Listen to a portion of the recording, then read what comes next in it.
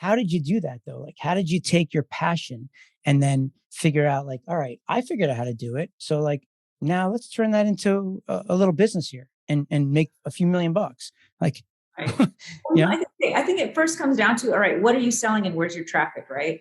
So for me, it was when I was 10 years old, I started going door to door. So I was like, I was wearing high water pants. We were broke, living off of $100 a week. And I was like, okay, I could sell something.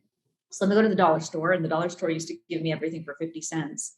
So let me like go buy stuff for 50 cents. And then I'm going to go where traffic is. Well, where's traffic? Well, I didn't know online marketing. I didn't know any of that stuff. And I don't even know if that existed, the internet. I don't know how long ago that was. But I started going door to door. So for me, it was, how do I reach people? So it's like, okay, let me go door to door. That same principle, like, just kind of carries over in every business, right? So it's like, where's the traffic?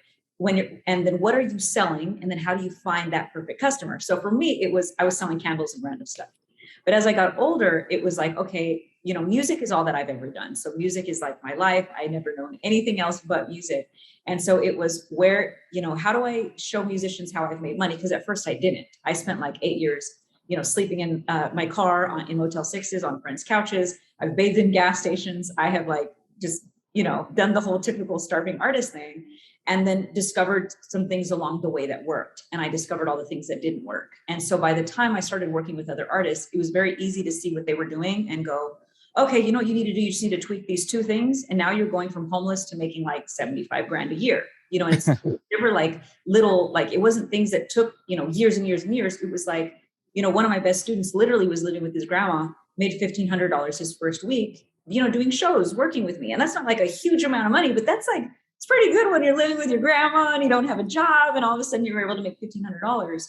And so it's just all these, it was kind of just noticing what they needed to do and just saying, hey, here's what your product is, and here's where the people live that you need to get to. So it was, for him, it was booking shows. So it was, okay, your product is you performing, and then here's how you find the venues that have money to pay you, because there's plenty of venues that don't have money to pay you.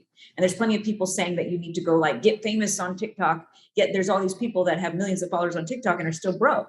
Yeah. So it was like turning it into money. And it was the same thing getting into business. It was like, I started learning how to run ads.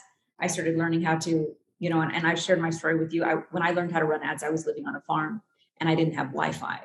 And so for me, I would have to drive into town and upload these ads. And I was raising my son at the same time. So sometimes I'd have minutes, I'd run into town, upload the ads, and just go home and like cross my fingers and pray that they would do well. And, and I didn't have time to do high ticket, and I didn't have time to do anything like that. But I knew I had something that the market would want. I knew I had something that would help musicians, showing them how to book shows, showing them how to do that.